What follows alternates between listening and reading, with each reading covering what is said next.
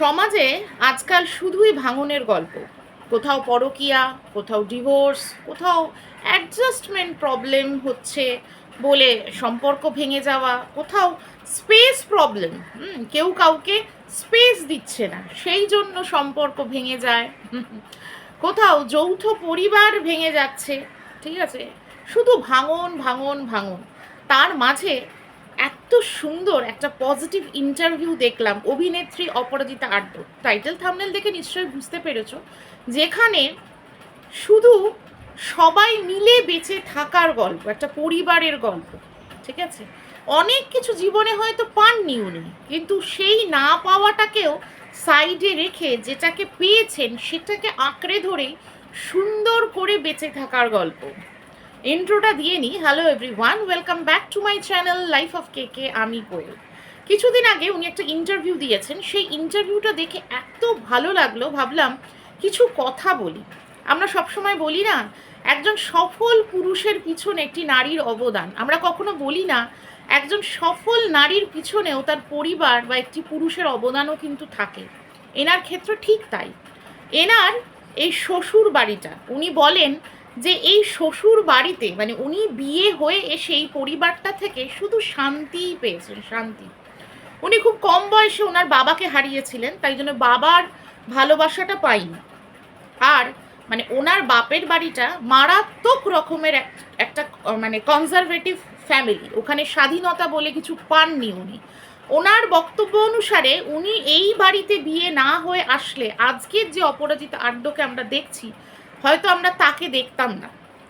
একজন ফাইন্যান্সিয়ালি মানে ইন্ডিপেন্ডেন্ট মহিলা, কিন্তু সে ইচ্ছা করলে কিন্তু পারতো আলাদাভাবে একটা যৌথ পরিবারকে ছেড়ে বেরিয়ে। এখন যেটা হয়, সবাই কেউ কারোর সাথে অ্যাডজাস্ট করে থাকে না, সবাই সবার মতো থাকে। তো উনি কিন্তু ইচ্ছা করলে পারতেন নিজের মতো করে থাকতে, নিজের মতো আলাদা করে থাকতে, কিন্তু উনি সেটা করেননি। উনি কষ্ট করে হলেও, ওই ইন্টারভিউটার মধ্যে উনি বলছেন যে কষ্ট করে হলেও, কারণ প্রত্যেকের অনেক মেম্বার, তো ফ্যামিলিতে অনেক মেম্বার, সেখানে উনি কষ্ট করে হলেও একটা রুম মানে প্রত্যেকের নামে একটা একটা করে রুম, সেখানে একটা রুমেই থাকে। ঠিক আছে, ভাবো অ্যাডজাস্টমেন্ট লেভেলটা, শুধু ভাবো। বাড়িতে লোকজন আসলে একটু অসুবিধা হয় বলে উনি একটি ফ্ল্যাট কিনেছেন, সেটাও কোথায়, বাড়ি থেকে বেশি দূরে নয়, একই গলির মধ্যে, যাতে উনি একটা নাইটি বা ম্যাক্সি পরেও মানে চলে আসতে পারেন সেখানে। ওই ফ্ল্যাটের মধ্যে উনি থাকেন না কিন্তু, কারণ বাড়ি ছেড়ে, ওনার যে বাড়ি মানে শ্বশুর বাড়ি, সেইটা ছেড়ে উনি বেরোন না। কারণ ওখানে ওনাদের মানে কুলদেবতা, মানে ওনার মানে বক্তব্য হচ্ছে বাড়ি ছেড়ে ওনার পক্ষে কোনো দিনই বেরোনো সম্ভব না, কারণ বাড়িতে ওনার ঈশ্বর আছে। ভাবতে পারছো, একটা বাড়িকে, একটা পরিবারকে উনি কতটা ভ্যালু দেন প্রত্যেক দিন। ঠিক আছে, একদম আউট অফ স্টেশন যদি না থাকেন, তাহলে একসঙ্গে, একেই বলে বন্ডিং, এবং এখান থেকে অনেক কিছু শেখার আছে।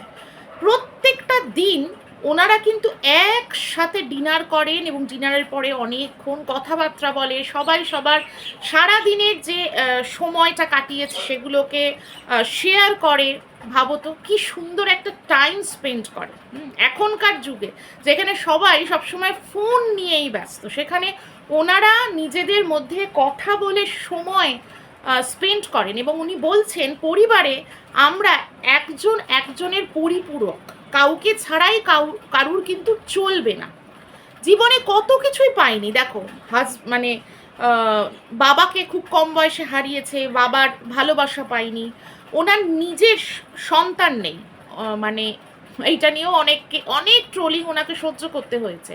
ওনার কিন্তু নিজের কোনো সন্তান নেই। যে মেয়ে রয়েছে মানে গার্গী, যিনি ব্যাংকে কাজ করেন, ওই মেয়ের বয়স এখন 36। হ্যাঁ, 16 বছর বয়স থেকে, এটা একটা খুব মানে মানে এইরকম রেয়ার ঘটনা না, দেখা যায় না। আমি ওই জন্যই ভাবলাম এটাকে নিয়ে একটু কথা বলতে আসি, যে ভালোবেসে, বলে না ভালোবাসা, ওই বললেই হয় না, ভালোবাসা ভালোবাসা ভালোবাসা, ভালোটা বেশে মানে সুন্দর করে রাখতে হয় ভালোবাসাটা, মানে ভালোটাকে অনেক দিন ধরে ভালোবাসাটাকে নিয়ে বাসা বাঁধতে হয়, তবেই সেটা সুন্দর থাকে। না হলে ভাবো তো, নিজের রক্তের কেউ নয়। আমরা তো বলি নিজের রক্ত নিজের রক্ত। 16 বছর বয়সে এই মেয়েটি নিজের পরিবার ছেড়ে, হ্যাঁ পরিবারের সাথে সম্পর্ক রাখেনি তা কিন্তু নয়, অপরাজিতা আড্ডোর বাপের বাড়ির পাড়ার এই মেয়েটি। তার মানে এই মেয়েটিকে চিনতো সেটা কিন্তু নয়। হঠাৎই এই গার্গী টিভিতে ওনাকে দেখে হঠাৎ মনে হয় যে আমার নিজের মা, মানে এই গার্গী যে মেয়েটি তার কিন্তু নিজের মা রয়েছে, তার সত্ত্বেও ওনার মনে হয় যে আমার নিজের মা। এবার অনেকেই বলবে এটা ধান্দাবাজি, এটা নিশ্চয়ই টাকা পয়সার জন্য, প্রপার্টির জন্য এরকম একটা সম্পর্ক তৈরি করেছে। না, একদমই না, এটাকেই বলে পিওর লাভ। আমরা সবসময় ভালোবাসা মানেই বুঝি একটা ছেলে মেয়ের ভালোবাসা, কিন্তু এই ভালোবাসাটা ভাবো তো, 16 বছর বয়সে নিজের পরিবার ছেড়ে এসছে, সেখানে যোগাযোগ রাখে, যাওয়া আসা আছে, কিন্তু এই মণিমা মুখ দিয়ে বলে ফেলেছিল মণিমা, হ্যাঁ নাম্বার জোগাড় করে অন্য কোনো মানুষের কাছ থেকে নাম্বার জোগাড় করে এই অপরাজিতা আড্ডোকে ফোন করে। প্রথমের দিকে অপরাজিতা আড্ডো কিন্তু অতটা পাত্তা দেয়নি। একদিন হঠাৎ ফোনে জিজ্ঞেস করে যে আমি তোমাকে মা বলতে পারি, উনি চমকে যান, তারপর অ্যালাউ করে, তারপর আসা যাওয়া বাড়ে, এবং সেখান থেকে আস্তে আস্তে সত্যি নিজের মেয়ে হয়ে যায়। এখন 20 বছর, ভাবতে পারছো, 36 ইয়ার্স ওল্ড, এই গার্গী 20 বছর ধরে এই বাড়িতে রয়েছে। এবং ইনি বলেন, মানে গার্গী বলেন যে কোনো দিনই বিয়ে থা করবে না, কারণ বিয়ে থা করলে তার বাবা, মানে এই যে অপরাজিতা আড্ডোর যে হাজব্যান্ড, অতনু হাজরা ওনার নাম, ওনাকে কে দেখবে, অপরাজিতা আড্ডোকে কে দেখবে। মানে ভাবো তাহলে এই ভালোবাসাটা কোন লেভেলে, মানে এটাকেই তো বলে পিওর লাভ, তাই না? কতটা স্যাক্রিফাইস, যে আমি যদি বিয়ে করে অন্য কোথাও চলে যাই ওনাদেরকে কে দেখবে, ওনাদের দেখার কি আছে। সেখানে একটা বড় পরিবার, যৌথ পরিবারেই থাকে, তবুও যেটা ছেলে মেয়েদের দায়িত্ব হয় সেই দায়িত্বটা কিন্তু সে খুব সুন্দরভাবে মানে পালন করে। এটাকেই বলে পজিটিভিটি। দেখছো, পুরো পরিবারটাই যদি পজিটিভ হয় না, তারা কিন্তু পজিটিভ ভাইবসকেই অ্যাট্রাক্ট করে। এই জন্যই এত সুন্দর একটি মেয়েকেও, নিজের সন্তান না থাকা সত্ত্বেও একটি সন্তান কিন্তু সে পেয়েছে। একেই বলে বোধহয় যশোদা মায়ের মতো মা, তাই না? মানে এই কারণেই হয়তো দেখে এই গার্গীরও মনে হয়েছিল যে অপরাজিতা আড্ডো সত্যি তার মা, তাই না? সত্যি না বলে আর পারলাম না, কি সুন্দর একটা গল্প, একটা পরিবারের গল্প। মানে এই অভিনেত্রী অপরাজিতা আড্ডো বলছেন যে এই পৃথিবীতে যদি কেউ ভালোবেসে থাকে ওনাকে, হ্যাঁ সবাই তো বলে মা বাবার মতো কেউ ভালোবাসে না, সব থেকে যদি কেউ ভালোবেসে থাকে তাহলে ওনার স্বামী, তারপরে কিন্তু ওনার সন্তান, এই সন্তান মানে গার্গী।